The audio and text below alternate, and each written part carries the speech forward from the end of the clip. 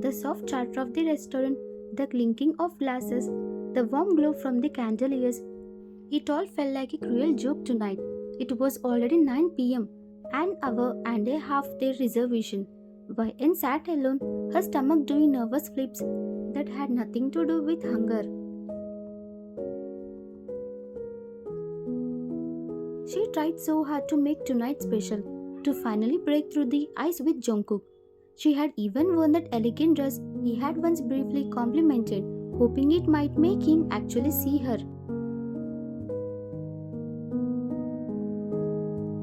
Every couple walking in hand, laughing softly as they were led to their tables, felt like a punch to her gut. Every family sharing a meal, every happy murmur just made her feel more and more conspicuous, more and more pathetic. She could feel the looks from other dinners with glances followed by averted eyes. They didn't need to say it loud. The pity was clear. Her untouched food sat there, getting colder by the minute, a monument to her dashed hopes. She pulled out her phone, fingers trembling slightly as she dialed his number. Each ring was a tiny hammer hitting her heart. It rang twice before he picked up, his voice sharp and businesslike, like he was still in the middle of a powerful meeting.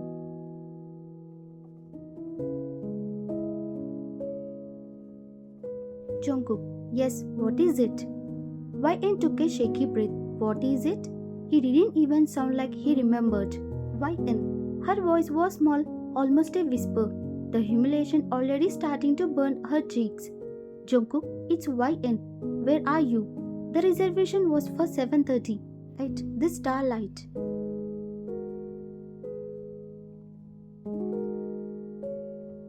There was a long echoing pause in his end, filled with the muffled sounds of the other side in the background. It sounded like a bustling office, not a quiet dinner. And then she heard it, a distinct light laugh, undeniably female, Lara's voice. A cold knot tightened inYn's chest. Jungkook, his tone was annoyed, like she was an interruption. I am in an urgent meeting with investors. This is crucial. I told you I might be late.Yn's eyes stung. He didn't. Not once. He didn't even mention a meeting, let alone that he might be late. He had just agreed to dinner.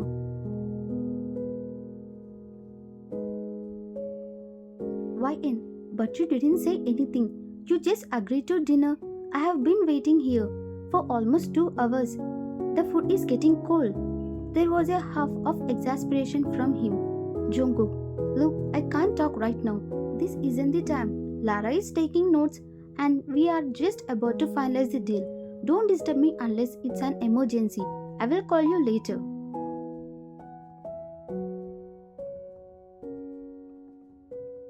And with that, he hung up, just like that, a click and then the dead silence of the dial tone. He didn't ask why she had called, didn't ask if she was okay, didn't even acknowledge the dinner, the effort she had made, or the hours she had spent waiting. Just don't disturb me. A fresh wave of hot, angry tears welled in her eyes. It wasn't just about the dinner anymore. It was about him, about them, about how little she seemed to matter. She pushed the perfectly arranged plate of food away with a trembling hand, the clatter a little loud in the quiet restaurant. This was their life. This was her life. And it felt terribly, terribly empty.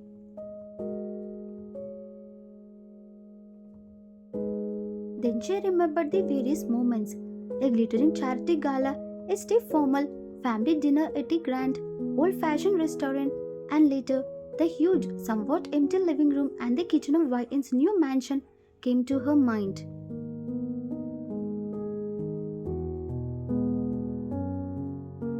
She remembered it all so clearly, like a bad dream she couldn't shake off.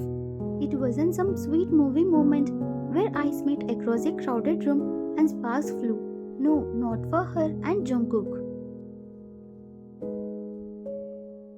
The first time she really met him, it was at a big fancy charity gala.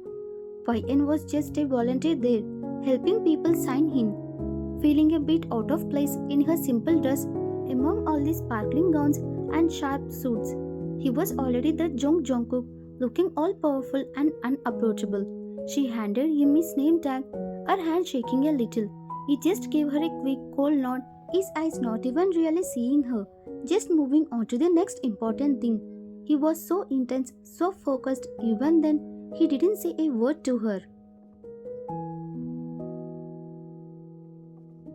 Then, out of nowhere, came the calls, not from him, never from him. It was her parents and his parents talking about old family ties, business connections that went back generations. And then, like a bomb, came the word marriage, an arranged marriage, just like that.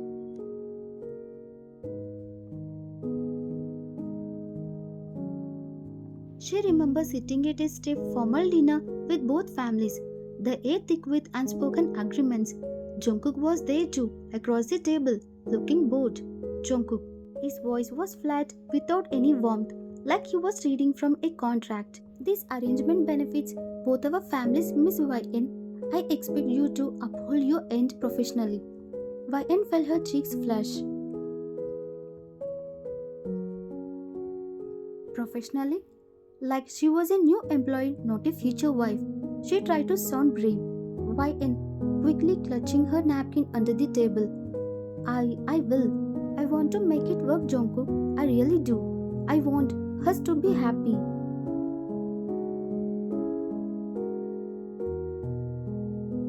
He just gave a short, almost dismissive nod, already turning to talk business with her father, leaving her words hanging in the air, unheard. It felt like she was marrying a concept, a business deal, not a man with feelings.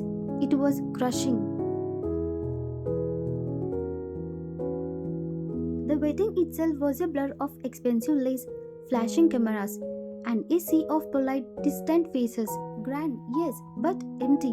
When they had to hold hands for the photos, his touch was brief, almost hesitant, like he was touching something fragile. He didn't want to break, or maybe didn't want to touch at all. His eyes, when they briefly met hers at the altar, were like a chips of steel. No warmth, no joy, just duty.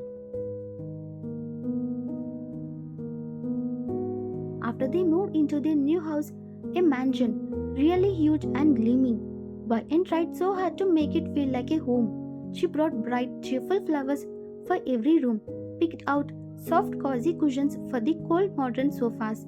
She even tried to fill the enormous silent kitchen with the smell of baking, hoping to bake away some of the emptiness. She had spent hours arranging things, hoping he had noticed, hoping he had said something, anything.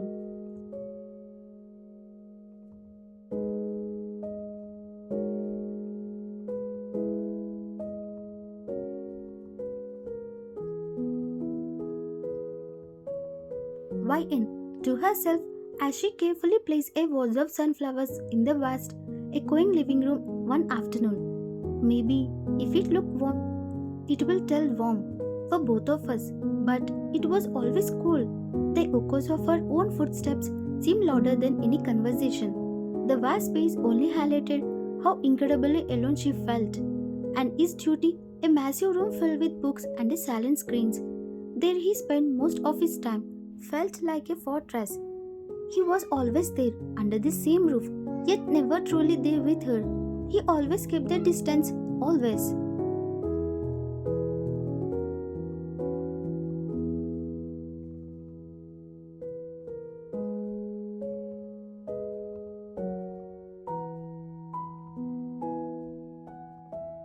YN remembered that night 6 months ago. Like it was yesterday, she had tried so hard then, still holding onto a tiny spark of hope. The whole afternoon she had spent in the kitchen, carefully chopping vegetables, stirring the pot, letting the warm smell of the herbs and mint fill the silent house. It was Jungkook's favorite stew, a recipe she had found online and practiced just for him. She had even remembered he liked fresh flowers. So, a small bouquet sat right in the middle of the table, a flash of colors against the crisp white tablecloth. She just wanted to surprise him, to maybe, just maybe, make him smile, to make this big, fancy house feel like a home for them. She kept glancing at the clock. her heart doing a little flutter, each time a mix of excitement and deep twisting nerves. Then the front door finally clicked open. Vian practically rushed out of the kitchen, her hopeful smile pasted on her face, loosening his tie, his face tired but still so unreadable, so stern. Vian, smiling brightly, her voice a little too eager, like a child showing off a drawing. Welcome home, Jungkook. Dinner is ready. I made your favorite stew. It's still warm. Jungkook barely spent a glance at the table. His eyes swept over the carefully set plates, the flowers, and they didn't really stop. They didn't linger on her face either. He just tossed his expensive briefcase onto a nearby chair, a soft thud that echoed a bit in the big entryway. Jungkook, you didn't have to. I could have ordered something. The simple words landed like cold water. Vian's smile flattered just a tiny bit, like a light flickering. She felt a familiar ache start in her chest. Vian, oh, it was no trouble, really. I had some free time today, and I thought. She tried to keep her voice light, despite the sudden heaviness in the air. I thought it could be nice for us to have a proper dinner at home. You know, like a normal couple.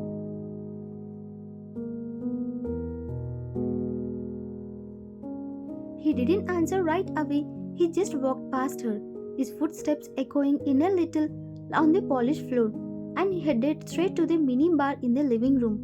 He poured himself a drink, the clinking of ice cubes sounds so loud in the quiet house. Vian watched him, her shoulders slumping just a fraction. This was always how it went.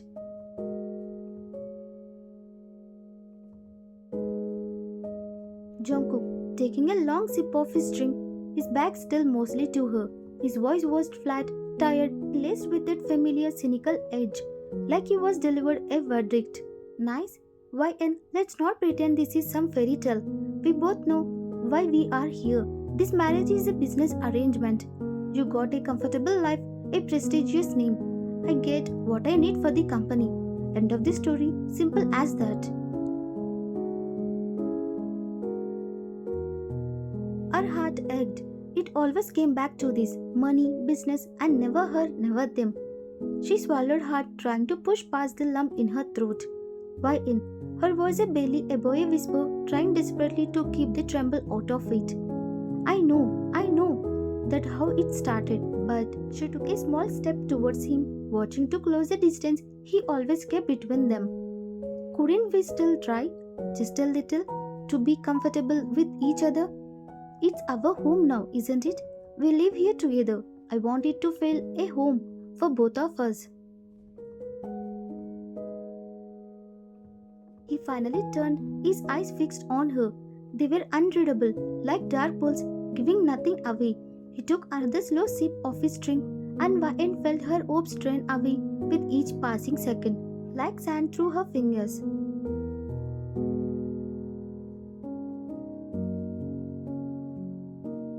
Jungkook, his gaze was unwavering, almost like he was studying her reaction, looking for something fake, comfortable.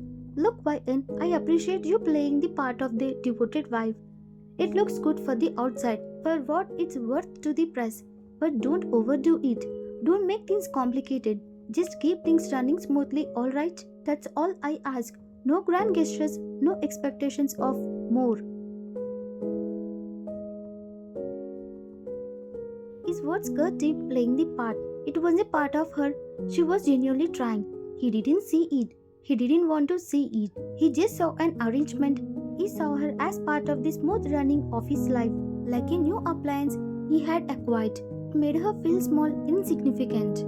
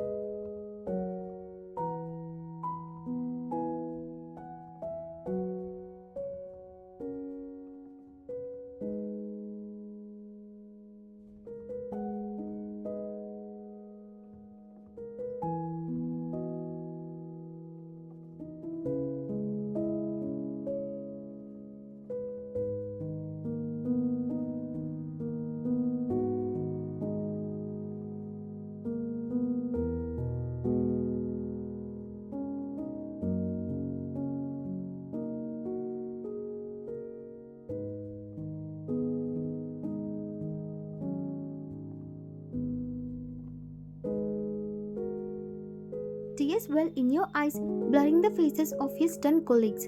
He truly believed her. He didn't even hesitate. All the history, all your efforts meant nothing compared to Lara's fake tears. You felt a lump in your throat, so big you couldn't breathe, let alone say nothing else. There was no point. He wouldn't listen. He never did. You just turned your head bowed and walked away, the whispers of your colleagues following you out of the door like a dark cloud. The sting of his words, of his complete lack of trust, of his immediate belief in someone else over you was worse, far worse than the physical ache in your arm. Your heart felt shattered.